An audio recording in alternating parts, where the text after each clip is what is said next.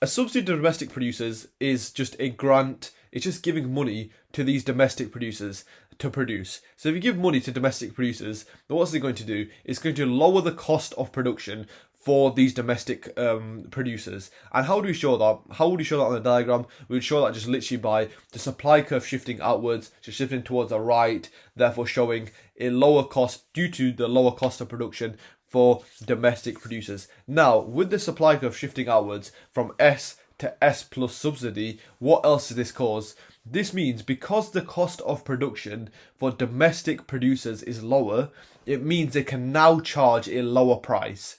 And if a firm can charge a lower price, if these Rwandan manufacturing industry firms can now charge a lower price, how does that affect them on global markets? It means on global markets, they are more competitive. Because if you think about the law of demand, when there's lower prices, you get increased quantity demanded. Therefore, there's increased quantity demanded for these Rwandan manufacturing industry firms, meaning that they are selling more basically. And if they're selling more, there's more revenue. And there's a few different ways you can take this, saying that it leads to development. You could say, firstly, if these Rwandan firms are selling more, it means that, for example, the workers, the owners of the firm will have more disposable income. If they have more disposable income, it means they can increase their material living standards. You can link it to things like HDI, or you could go back in another way, where if these firms are more competitive, they're making more revenue, more profits, therefore more corporation tax, more corporation tax, which is a tax on a firm's profits, meaning that if there's more corporation tax, the Rwandan government